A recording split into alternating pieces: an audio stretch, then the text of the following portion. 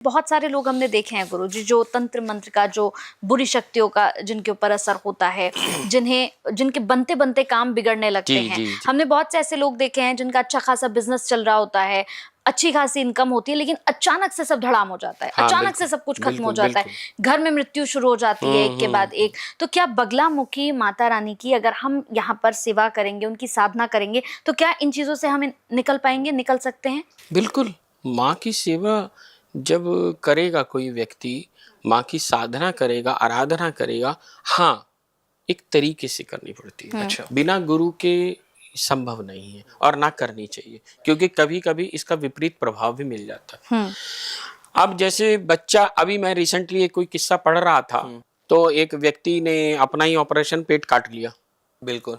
पेट काट लिया और फिर वो भागा, फिर बाद में पता चला कि भाई वो और नुकसान हो गया। तो यदि अगर खुद ही करने लगेगा तो वो तो अपनी हत्या स्वयं करने वाली जैसी हो जाती है, क्योंकि क्या करना है, कैसे करना है, कौन सा सीक्वेंस लाना है, पहले कौन से मंत्र का जाप करना चाहिए।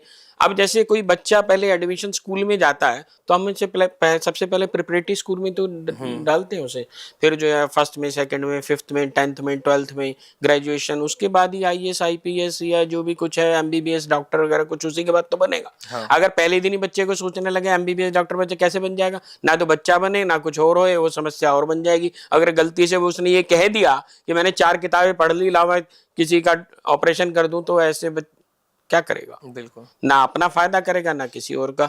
इसमें क्या है, क्रम दीक्षा होती है। हाँ। पहले एकाक्षरी मंत्र का जाप होता है, और उस एकाक्षरी मंत्र के जाप से भी पहले सेवा के साथ साथ आपकी श्रद्धा और समर्पण चाहिए। मैं तो सबसे पहले स्वामी जी महाराज दतिया, उनको जब उनके पास कोई जाता था कि भी मंत्र दे दो, पहले वो कहते थे सेवा कर बेटा। अच्छा, पहले मंदिर की सीढ़ियों की सफाई कर, पहले अपने अंदर श्रद्धा भाव तो ला। वो श्रद्धा भाव जागृत होगा, वो समर्पण का भाव जागृत होगा, मां स्वयं मुझे प्रदत्त कर देगी, बता देगी कि इसको कौन सा मंत्र देना है।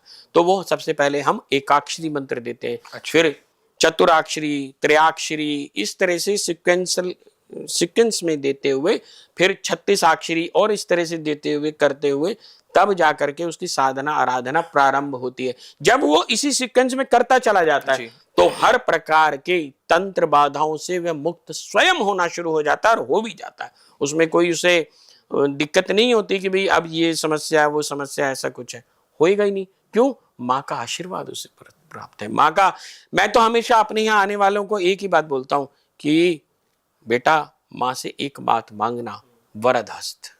माँ मुझे वरद हस्त दे, माँ अपनी रक्षा में रख, अपनी छत्र छाया में रख। बस जब उसकी छत्र छाया में आप हो तो फिर चिंता वो करेगी, तुम क्यों करते हो?